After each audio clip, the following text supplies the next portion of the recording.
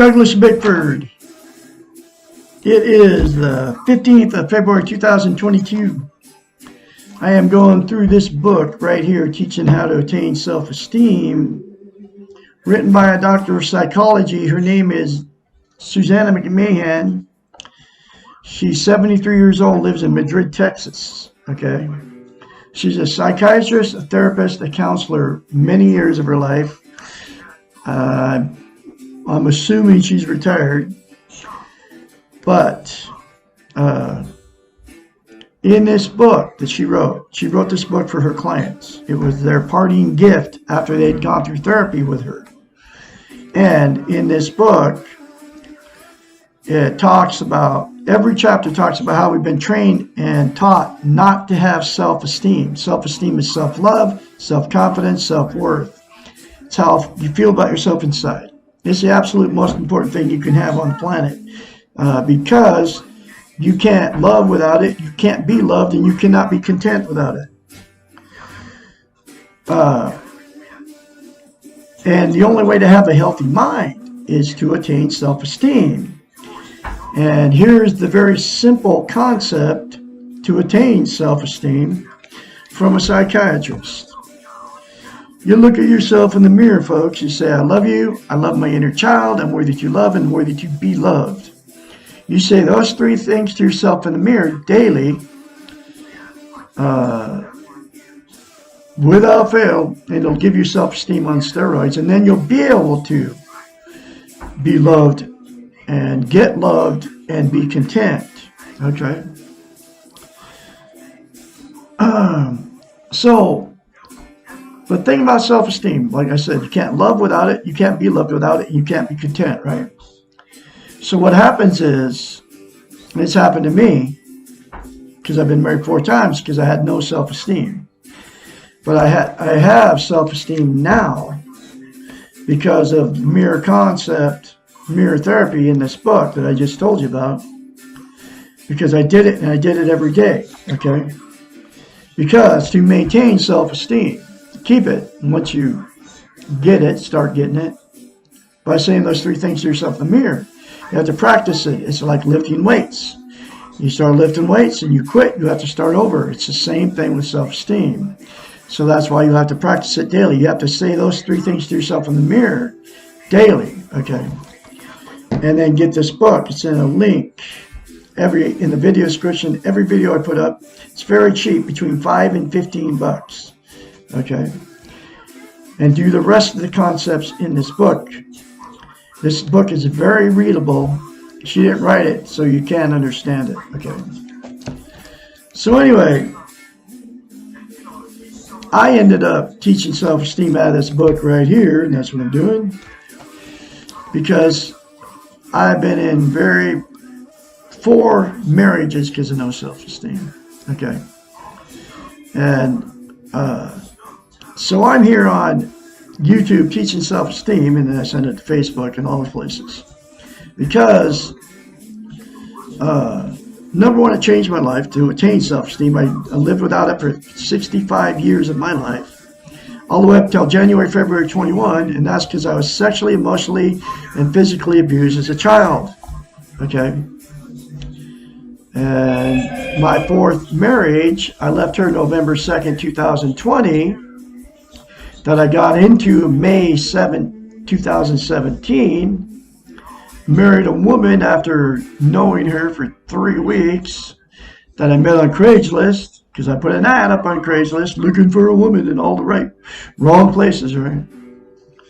Anyway, so mirror therapy changed my life. This book changed my life, okay?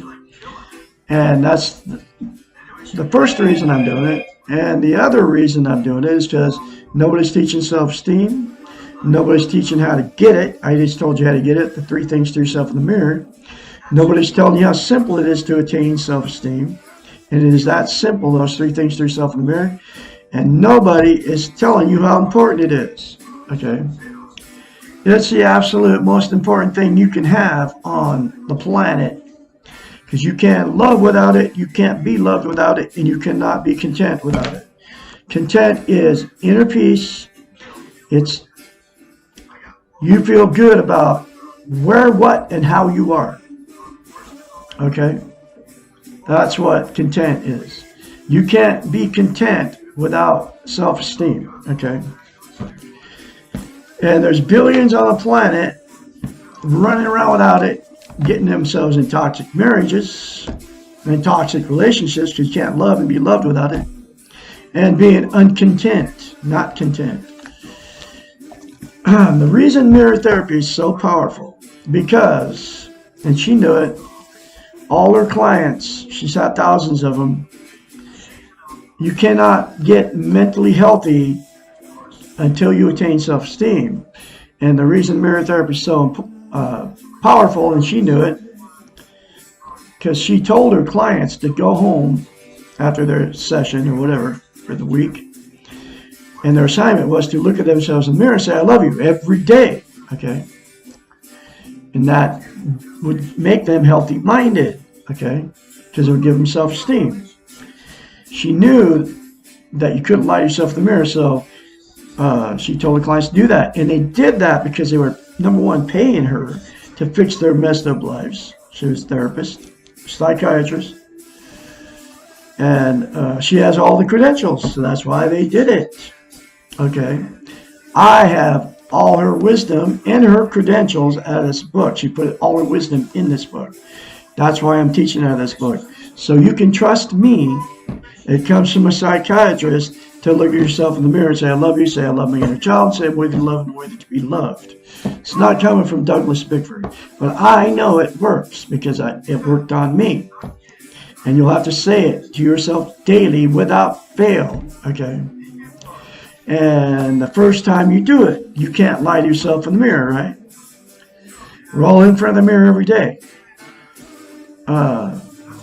You very easily criticize yourself whether you think it or say it. I can say 100% of the population probably will criticize themselves when they're in front of the mirror because we're all imperfect, because we're all human, okay? Unlike what the TV says. So, you have to, the very first time you say it to yourself in the mirror, you'll have to force yourself to do it. It'll feel very strange and weird. And she says, and I say it anyway, no matter how it makes you feel. Just accept it. Keep saying it every day. That's what you have to do to attain self-esteem. And you will feel something different in you if you do it and you keep doing it. It's not going to work if you do it a few times. You have to continue to say it. Once you start saying it, just keep saying it, no matter what. Take it less than 10 seconds. I love Douglas Bickford. I love my inner child. I'm worthy to be loved, worthy to love. Less than 10 seconds, folks, out of your day, every day in the mirror. It will give you a healthy mind. I guarantee it. And then you'll feel something different when you get out and start going around total strangers. If you do it and you keep doing it. Okay? So, you can't love and be loved without it. So what happens is you get yourself in toxic relationships. You know, the fighting, the arguing, the cheating, the lies, the getting in the car, going down the road, got to get away from this maniac, and then you get back together, and then you both apologize, or one apologizes, and then the stuff just keeps happening over and over again. It's because you don't have any peace in your relationship. It's because you don't have self-esteem. You can't love without it. You can't be loved without it. So the person you're with, if you don't have self-esteem, doesn't love themselves either. So then you turn toxic to each other. And what people will do is they'll stay in these toxic relationships for years because they're afraid to leave each other. They don't want to be a failure. Or you will relationship jump. That's what I've done. That's why I've been married 4 times. Okay? Because I've been relationship jumping because I never had self-esteem. I got it now. Because without self-esteem, you'll attract somebody without it. With self-esteem, you'll attract somebody with it. I will attract somebody with self-esteem because I'm not done with the romantic relationships. I will. I'll attract somebody that loves themselves. But I'm not looking. And the other thing is you can't be content. okay? Which is how you feel about yourself.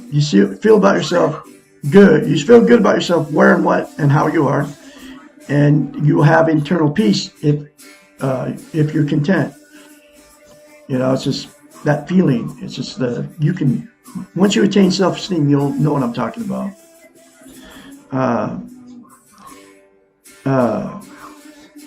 You can't be any of that until you attain self-esteem. And now what people are using to try to be content, there's 9 things. They're all called externals: drugs, alcohol, sex, TV, food, religion, another person, material possessions, or money. There's 9 things, okay? Absolutely none of those will ever make you content. Okay? There's only one thing that will, and that's to attain self-esteem. And the 3 things to yourself in the mirror daily will give you self-esteem. Guaranteed, from Douglas Bickford. Okay? You take drugs, right? And you can include caffeine and nicotine. Caffeine's a stimulant, and nicotine is an opiate. Caffeine revs you up. That's why you put a pot of coffee on in the morning. And nicotine calms you down. Okay? And they're both considered drugs. Okay? Marijuana, LSD, psilocybin mushrooms, methamphetamines, mescaline, all the illegal street drugs. Then you've got all the pharmaceutical drugs, okay? That all the pharmaceutical companies are coming out with. And your doctors are prescribing to you unnecessarily, okay? I just talked to a woman today. She smokes. And she's on the prescription pill from her doctor, okay? Now, I'm not going to mention anybody's names, but antidepressants and nicotine. She's addicted to both. And the only way she can get off of it is if she attains self-esteem. And if you see this video, that's coming from me to you, okay? If you see the video. Chances are you won't watch it. But anyway, drugs. Okay, so you got all the drugs and you got all the prescription pills. There's only 3 reasons to take prescription medication. If you're mentally ill, you got an imbalance in your brain, and you need the drug to fix your mental illness, because usually it's a chemical that you don't have in your brain. Your brain doesn't work right. You have genetic depression. Okay, it's something you're born with. It's like the color of your eyes. Can't change it. Can't fix it. You need medication so you won't be depressed. And the other one, if you have some kind of physical ailment, which is a pain or of some type. Okay, something that you need, so you're not in pain all the time. There's only 3 reasons to take pharmaceutical medication. But what's happened is they've found out they can make money off of all of the pharmaceuticals, right? And so they're just prescribing billions of people all over the planet, these doctors, unnecessary medication. Depression medication is something's unnecessary unless you got a genetic depression, okay? Because people get depressed when they live in guilt in the past. Okay, and then the other one's anti-anxiety medication. Anxiety is when you're living in the future, something that hasn't happened yet. You have control over neither one. So the medication that they're prescribing you from your doctor is unnecessary. You don't have to live in the past in guilt, and you don't have to live in the future in anxiety. If you live right now, is all we got. then you won't live in the guilt and past guilt. You won't live in the future and anxiety. You'll live in the now, because that's all we got. Anyway, so all the drugs it's only a temporary fix. You're taking, it never lasts, okay? So then you get addicted to it because you keep taking it because you want to feel good, and you're taking these drugs just to feel better. Alcohol, same thing. Beer, wine, hard liquor, no matter where it comes from, you're taking it for one reason, to make yourself feel better. There is no medical benefit to alcohol to be in your body. None. Zip. And there's no reason to drink it. But the only reason you're drinking is to make yourself feel good. It's always temporary. It's always never lasts. You have to drink more to get the same good, warm, fuzzy feeling, right? Sex, exact same thing. Have sex, it feels good. And then as soon as it's done, then you don't feel good anymore. So you have to have more sex. And then you get addicted to sex, just like you get addicted to alcohol and drugs. Other ones, food. And you get addicted to food too. You're hungry, you eat, and then you eat beyond because it makes you feel good to eat. Your fullness, and then you get overweight, and then you feel worse about yourself. Okay? You get addicted to food. Television, exact same thing. You turn on the boob tube, man, you feel great while you're watching it. As soon as you turn it off, you don't feel good anymore. And then a lot of people they'll drink, smoke pot in front of the television, eat in front of the television, and do all kinds of stuff in front of the TV. Make yourself feel good. You get addicted to TV. That's why people become couch potatoes. Okay. Religion, exact same thing. You go to church, it doesn't matter which one it is. Buddhist, Muslim, Christian, Seventh-day Adventist, Mormon, Catholic, Jehovah's Witness, Lutheran, Episcopalian. You get addicted to church. It's always temporary while you're doing the communion thing. You just got to think about that. Drinking the blood of Jesus and eating his body, symbolic of it. It's called cannibalism. That's how the religions have done it to us, even if it's symbolic, folks, of that. It was just written in there at the Last Supper to make you think this crazy nonsense that they come up with these religions. So it just confuses us. Why would Jesus say, eat my body? To remember him. Why would you say, hey, just remember me, okay? Instead of eating his body and drinking his blood. But that's how all the religions have done it to us. Anyway, the religions only last while you're in it, doing it. Giving them money, going doing the communion thing. Hanging out with all those people, going to church. As soon as you leave, it doesn't feel good anymore, so then you have to go back, give them more money, do more communion, have church to make yourself feel good. Okay? Relationships, exactly the same thing, man. You get a brand new relationship. You know how it feels. Feels good to be in love. This person can do no wrong. You can do no wrong in their eyes. You're bragging to all your friends. You're telling everybody about this perfect person that you met. You're soulmates. God got you together on purpose.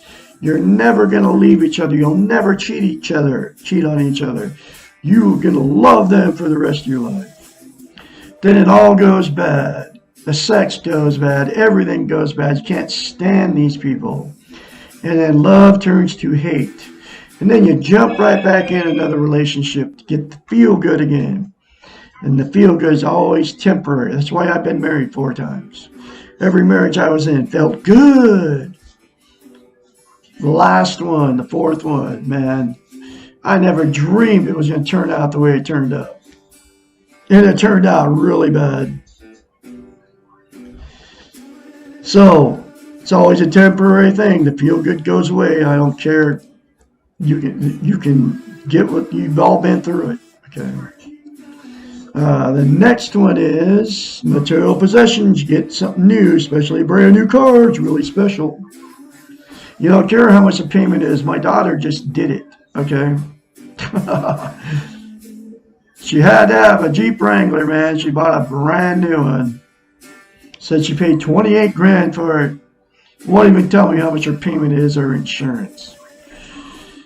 Because she just had to have that new car. Okay. If it felt good to get it, now she's stuck with a huge payment and high insurance payment. And, you know, the only way she can get out of it, take it back and give it back. Okay. Anyway, so, but it felt good to get that car. So, let me see what else. The other one is, okay, yeah, material possessions. I'm not done yet. A new car is really special.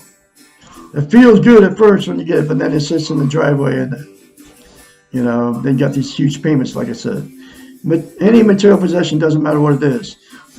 Cars, boats, new or used, shoes, clothes. You go to a thrift store, you buy a bunch of junk you don't need. Because it's cheap, that's the only reason you buy it. Bring it home, throw it in your closet, and never see the stuff again. Okay?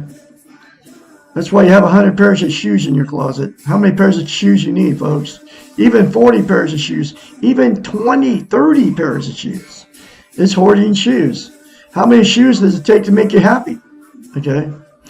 Anyway, it's feelings always fleeting. It'll never last. The feel-good always goes away, no matter what you buy. And then the last one is money. You get some money. You get any money. You get a bunch of money. A lot of people save. Some people save it. Some people blow it. Some people buy stuff with it. Some people gamble it away at the casino if you get a huge chunk of change. But when you get it, it feels good. But it's always temporary. Never lasts, that good feeling. So then you want more money to make yourself feel good. And then you get addicted to all those 9 things. Okay? And the last thing is, the only thing that'll give you self-esteem is to say those 3 things to yourself in the mirror daily without fail, and it all comes from a psychiatrist. Everything I have learned comes from this psychiatrist, and I know it works. It worked on me. Okay? So, I am going through this book 1 chapter at a time. I have been since I'm pushing 1 year, 19 February 21, when I started going through this book, chapter at a time. This is my 5th time going through the book. And I'm going to keep doing it. You never hear the end of Douglas Bickford teaching self-esteem out of this book right here. Chapter 73. How can I accept myself if I don't agree with or understand myself? Accepting yourself involves both behavioral and thought processes. As mentioned in the previous question, there are behavioral techniques you can use to begin the process. The cognitive processes towards acceptance of yourself begin when you do the following. Number 1, stop the denial. Stop thinking you cannot accept yourself. You can and you will if you really want to. Number 2, suspend the judgment. Not everything in the world can be viewed in terms of dichotomies. Not everything is good or bad, right or wrong, positive or negative. Number 3, recognize your defenses. They are stopping you from movement. They may have worked in the past, but now they are in your way. Number 4, kill your illusions. And television's an illusion, folks. Okay, kill it. Quit watching so much of it. Reality is not illusory. Reality is the reality of yourself. How you are. Everyone else around you knows the reality of you. Now it is time for you to know yourself. Utilize conscious, reflective, observation. Observe yourself as others observe you. To others, you are what you do and not what you wish that you were doing. Your behaviors do count, and you can control them. Your feelings, your dreams, your hopes, your wishes are not the reality of you. They are only part of what you are. There are many things that we accept, but do not agree with or understand. War, famine, the unfairness of life, and death are things that we deal with every day. We accept that these things exist even though we may not like them, and clearly we do not completely understand them. We are all part of it, and our very existence is proof that we are living something that we do not fully comprehend. You may not like your life. You may not like yourself. You may wish to be someone or someone else. Your feelings will not change the reality of your situation. Your behaviors will change you. Acceptance of self becomes a behavior. You can do it. Acceptance is not giving up or giving in. It takes less work and less energy to accept yourself than it does to deny yourself. In the long run, it is much easier process, and you'll find that acceptance frees up the energy needed to have self-esteem and to do the best you can. It is only in the beginning that it seems difficult and strange. Remember, you are relearning the skill. This takes time and feels wrong. Keep at it. Stay with it. Acceptance really works. Everything after acceptance is easier. But if you cannot accept yourself, you cannot know yourself. And if you do not know yourself, you will never believe and trust that you love yourself and that you are truly lovable. Accept that you're lovable. You are good and you are worthy of love. Believe this, and self-love, self-esteem will be yours. And you can love yourself, folks, by saying those 3 things to yourself in the mirror daily without fail. It all comes from her. Just like she just said in this last few lines in that paragraph. Okay? I'm going to have another chapter for you tomorrow, which is How Do I Begin to Love Myself and Take Care of Myself, chapter 33. You all remember you're born good. You will leave good if you accept that you're good. Say, I love you in the mirror. Say, I love my inner child. Say, I'm worthy to be loved, worthy to love. Say it daily without fail. You are beautiful people out there. You all have a great day, and I can be your mentor, 458-232-5238, for anybody that wants to call me. I can help you. I've been through this change. And you'll need somebody to encourage you along the way. And that can be me. Because nobody talks about self-esteem. Nobody does.